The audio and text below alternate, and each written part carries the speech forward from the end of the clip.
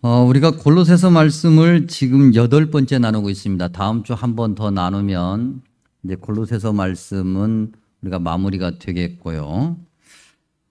그 다음에 이제 추수감사주일이 있고, 그 다음에 한 주 더 지나고 난 다음에 이제 대림절에 들어가죠. 벌써 한 해를 우리의 영적인 자취를 점검해야 되는 그런 때가 되었습니다. 여러분들 기도로 더욱더 금년 안에 잘 마무리하는 그런 시간 되기를 바랍니다. 자, 오늘 우리에게 주신 3장 18절에서 4장 6절은 이제 두 부분으로 나뉘어지는데 3장 18절에서 4장 1절이 한 부분이고 4장 2절에서 6절이 그 다음 부분입니다. 자, 앞부분 3장 18절에서 4장 1절을 읽어보면 마주보는 관계들을 볼 수가 있습니다. 성경에 기록된 단어들을 사용해 보면 아내와 남편, 또 바꿔 얘기하면 여성과 남성, 이렇게 바꿔서 읽어도 틀리지 않습니다. 그 다음에 자녀와 아비, 바꿔서 이야기하면 어린아이들과 어른들, 이렇게 바꿔 읽어도 틀리지 않습니다. 글자는 그렇지 않은데 골로새 교회가 속했었던 당시 사회 구조에서 바꿔서 읽어도 괜찮다고 하는 거죠. 그 다음에 종과 상전, 노예와 주인의 관계를 3장 18절에서 4장 1절에서 말하고 있죠. 우리가 이제 이걸 좀 이해하기 위해서 골로새 교회가 속해 있었던 당시 사회가 어떤 사회인가, 어떤 사회이길래 3장 18절 이하에서 이런 마주보는 관계들을 언급했을까라고 하는 것을 확인해 볼 필요가 있습니다. 어떤 한 사람에 대해서 얘기합니다. 이 사람이 골로새 교회는 기원 후 교회고요. 기원 후 길어야 50년 이 정도 되는 교회고, 그 다음에 이 골로새 교회보다도 수백 년 떨어져 있는 시대에 태어났던 기원전 384년에 기록에 의하면 384년에 태어난 한 사람이 있습니다. 근데 시기적으로는 굉장히 차이가 있지만 이 사람이 굉장히 유명한 사람이고 굉장히 똑똑한 사람이기 때문에 이 사람의 가르침, 이 사람의 논리가 골로새 교회 당시에도 여전히 유효한 그런 사람이 있습니다. 그 사람이 누구냐면 아리스토텔레스입니다. 여러분들이 많이 들어보셨을 것 같은 철학자죠. 아리스토텔레스라고 하는 사람이 그렇게 그리스 철학을 어떻게 보면 학자들에 따라서는 정립했다고 이야기할 정도, 세웠다고 이야기할 정도로 그런 사람의 철학적 사고방식, 영향력이 여전히 골로새 교회 당시에도 영향력 있게 유효했다.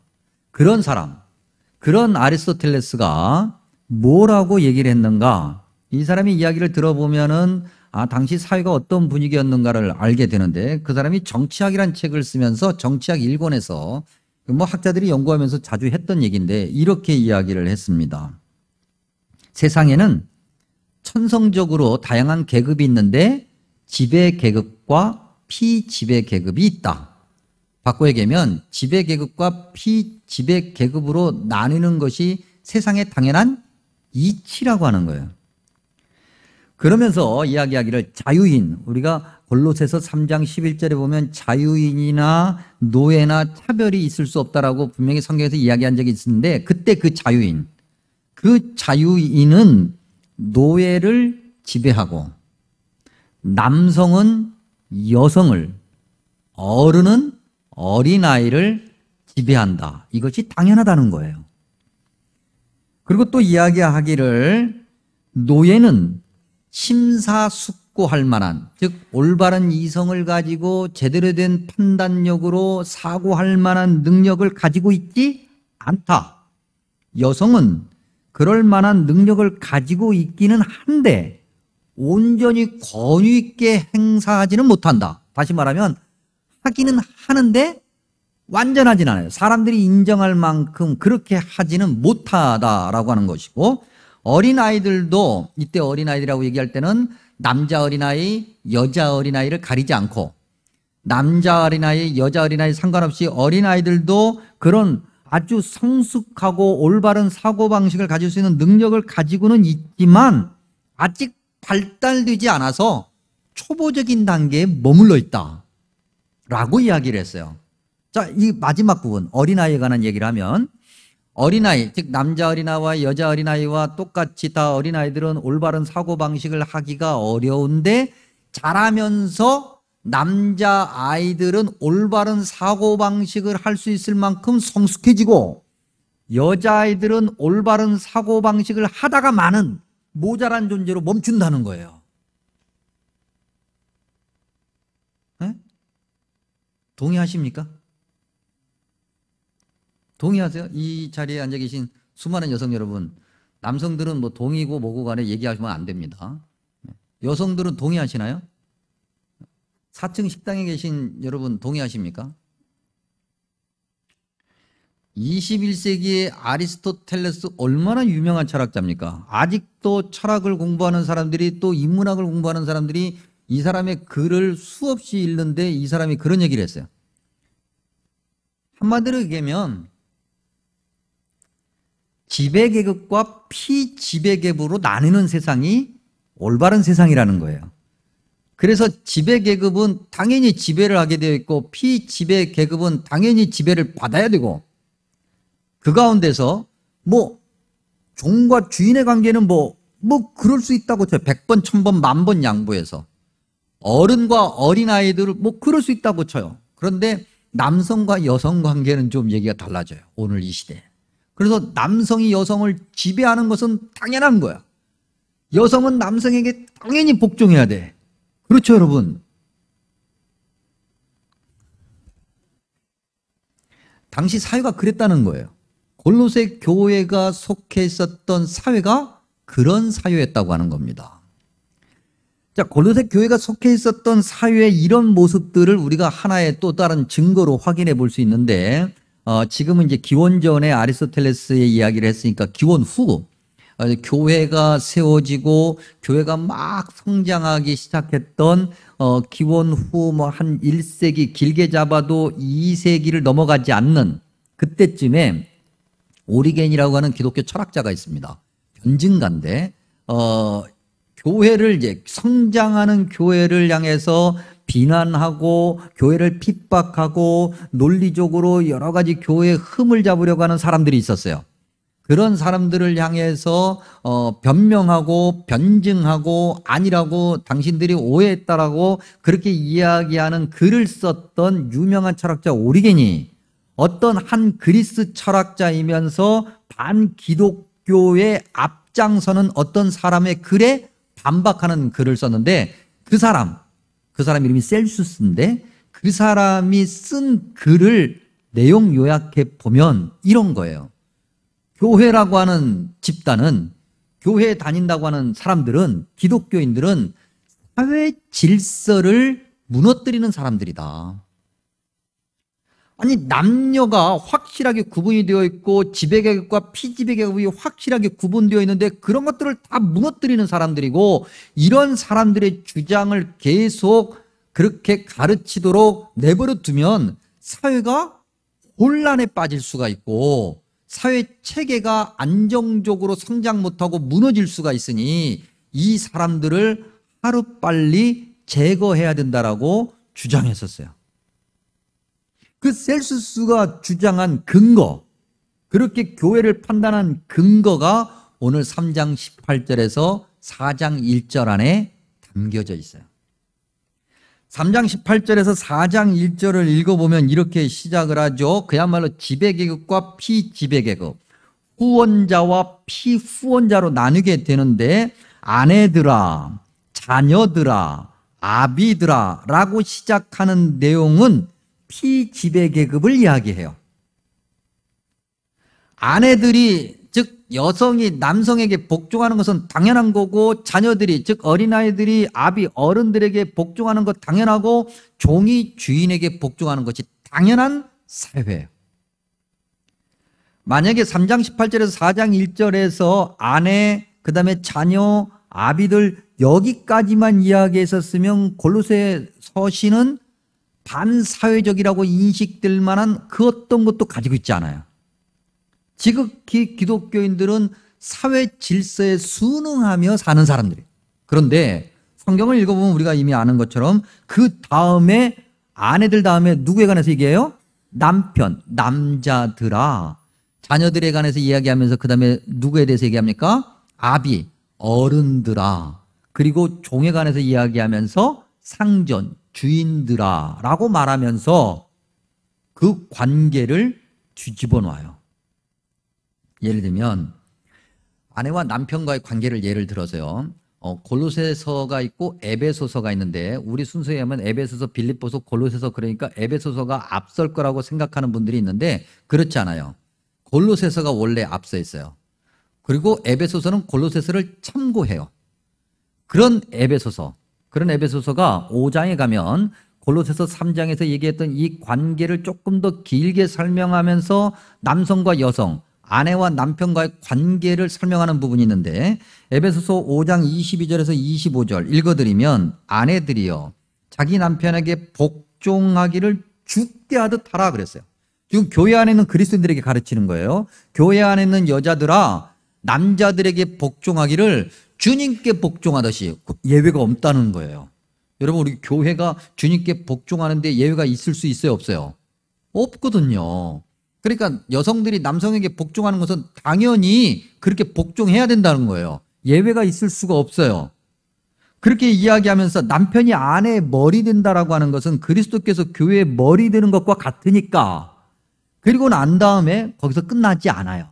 에베소서는 그 다음에 뭐라고 하냐면 남편들아 짧고 굵지만 아내들에 관해서는 좀 길게 얘기하지만 남편들에 관해서는 굉장히 짧고 굵게 얘기하거든요. 그런데 그야말로 굵어요.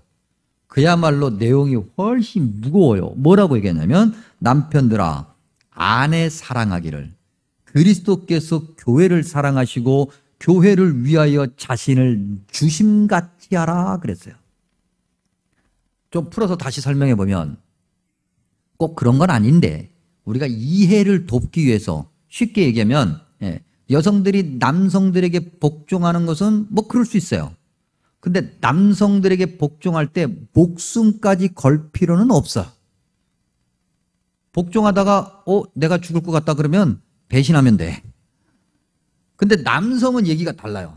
남성은 목숨을 걸어야 돼요. 세상에 목숨보다 더 소중한 게 있어요 없어요? 신앙을 내려놓고 목숨보다 더 소중한 건 없거든요. 남성은 그렇게 목숨을 걸어야 돼요. 그러니까 남성의 목숨이 누구에게 달려 있어요? 여성에게 달려 있는 거예요. 성경은 이렇게 뭔가를 뒤집어 놔요. 뭔가 사회 질서를 인정하는 듯 하면서 전혀 그렇지 않은 이야기를 한다고요. 왜 그럴까? 왜? 우리가 골로새서 1장에서부터 쭉 읽어온 바에 의하면 예수님을 믿는 사람들이 누구냐라고 하는 정체성에서부터 시작하기 때문에 그래요. 저와 여러분이 누구냐는 거죠. 예수님 믿는 사람이 누구냐는 거죠. 우리는 주 안에 있는 자들이고 주님과 함께 죽고 다시 살리심을 받은 자들이고 그렇기 때문에 세상 것을 먼저 바라보는 자가 아니라 위의 것을 먼저 바라보는 자고 위의 것을 찾는 자고 하나님을 예배하는 자이기 때문에 하나님이 기뻐하시는 것이 무엇이냐를 먼저 찾는 자여야 돼요. 하나님이 기뻐하시는 게 뭐냐는 거죠.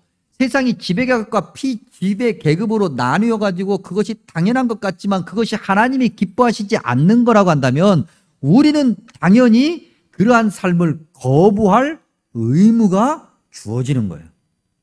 여러분 한번 대답해 보세요. 사람이 사람을 지배하고 착취하는 것이 성경적이에요? 성경적이지 않아요? 성경적이지 않죠. 성경에 가면 틀린 거예요. 그가 누구가 됐든 그가 힘이 있든 뭐가 있든 어떤 것을 더 많이 가지고 있다고 해서 덜 가지고 있는 자를 차별하고 억압하고 심지어는 착취하는 것은 성경적이지 않아요. 하나님이 원하시지 않는 거예요.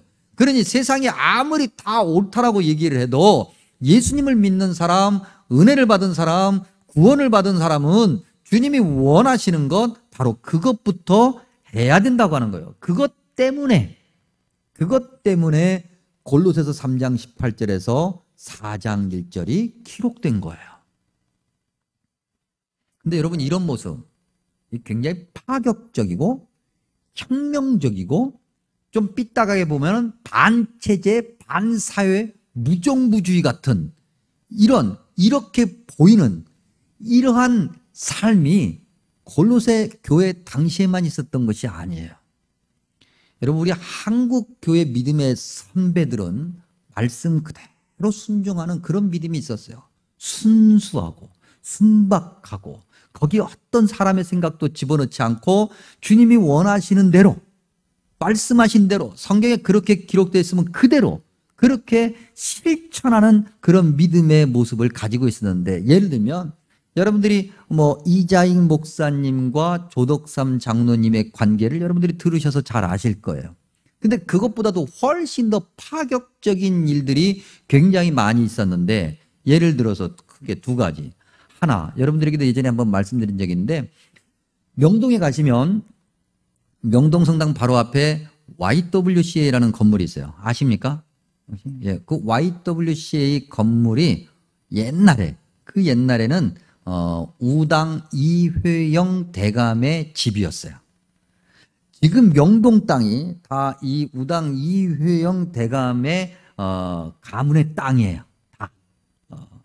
근데 이 가문이 어떤 가문이냐면 조선시대 대대로 왕가와 혼인을 한, 아들을 장가 보내고 또 딸을 시집 보내는 그러한 가문이었어요. 그러니까 조선 상위 1% 안에 들어가는 그런 가문이었어요.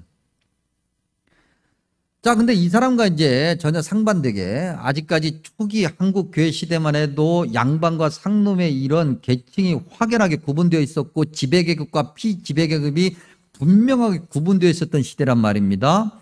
근데 이 이회영 대감과 접촉이 있었으나 성장은 완전히 다른 한 사람이 있었어요. 그의 아버지는 숫쟁이에요. 숫을 팔아서 먹고 사는 그야말로 아주 천한 신분의 사람이었어요.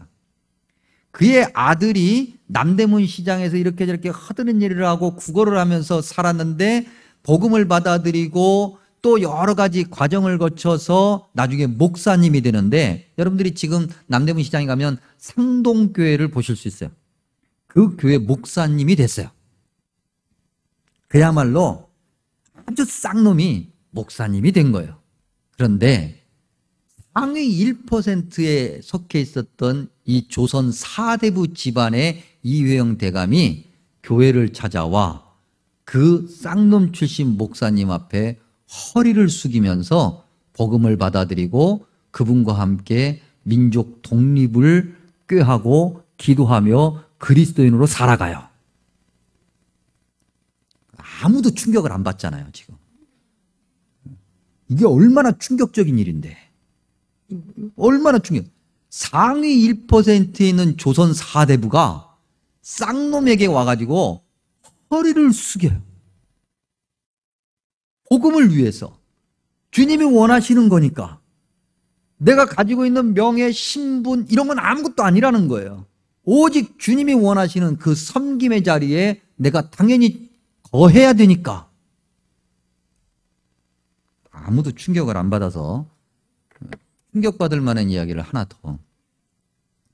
여러분 여기 중화동에 가시면 신내동 중화동 그 경계 가면 경동제일교회가 있어요. 아십니까? 경동제일교회, 우리 교단에 소속되어 있는 경동제일교회가 있습니다. 그 교회는 100년이 넘은 교회예요. 1904년에 선교사에 의해서 세워진 교회니까 100년이 넘은 교회입니다. 근데 그 교회에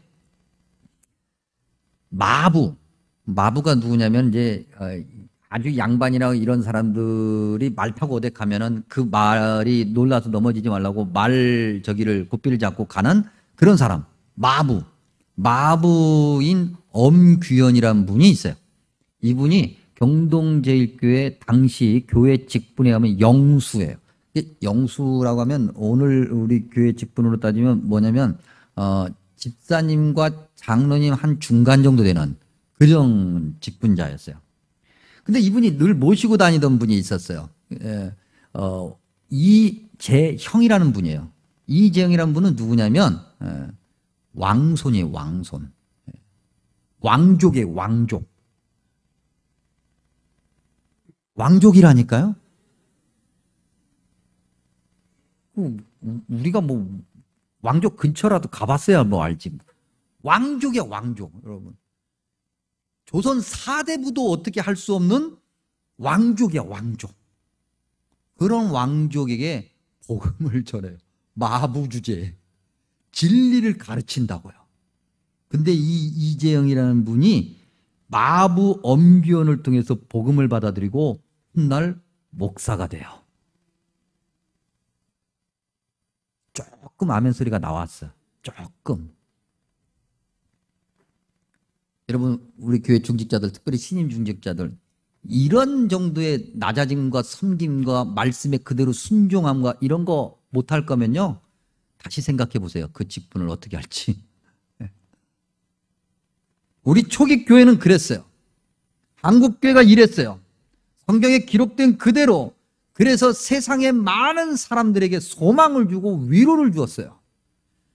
상위 1%만 누릴 수 있었고 기껏해야 5%만 누릴 수 있었던 그 엄청난 존귀함과 대접을 전체 모든 민초들이 다 같이 누릴 수 있도록 교회가 앞장섰어요. 아무리 세상이 다 옳다라고 얘기를 해도 아닌 건 아니라고 말할 수 있으면서 주님이 원하시는 것은 이런 거이기 때문에 이렇게 우리가 낮아지고 섬기겠노라고 많은 사람들에게 소망을 주고 위로를 주고 희망이 되었던 것이 골로새 교회였고 우리 한국교회 초기의 모습이었어요. 근데 왜 그렇게 했을까? 성경에 기록되어 있기 때문인 것은 당연하지만 그거가 더하기 한 가지가 더 있어요. 왜 그렇게 했는가? 당연히 말씀에 기록되어 있기 때문인데 말씀에 기록되어 있는 그대로 당연하게 실천할 수 있었던 이유, 그 이유가 4장 2절에서 6절 사이에 있는데 특별히 4장 2절에 보니까 기도를 계속하고 기도에 감사함으로 깨어있으라 그랬어요. 이제 성경에 깨어있으라는 표현이 나오면 이게 뭘 얘기하냐면 임박한 종말을 이야기한다 생각하시면 돼요. 근데 오늘 이 시대에 임박한 종말을 살지 않는 그리스도인들이 아무도 없어요. 우리가 단순하게 임박한 종말이 뭔가를 설명할 때마다 이런 이야기를 하는데 다시 바꿔 얘기하면 우리가 언제 죽을지를 알아요, 몰라요? 아무도 몰라요. 방금 전까지 나랑 함께 이야기하던 사람이 지금 당장 죽을 수 있고 그 사람이 나일 수도 있어요. 우리는 절대 생과 사를 주관할 수 없어요.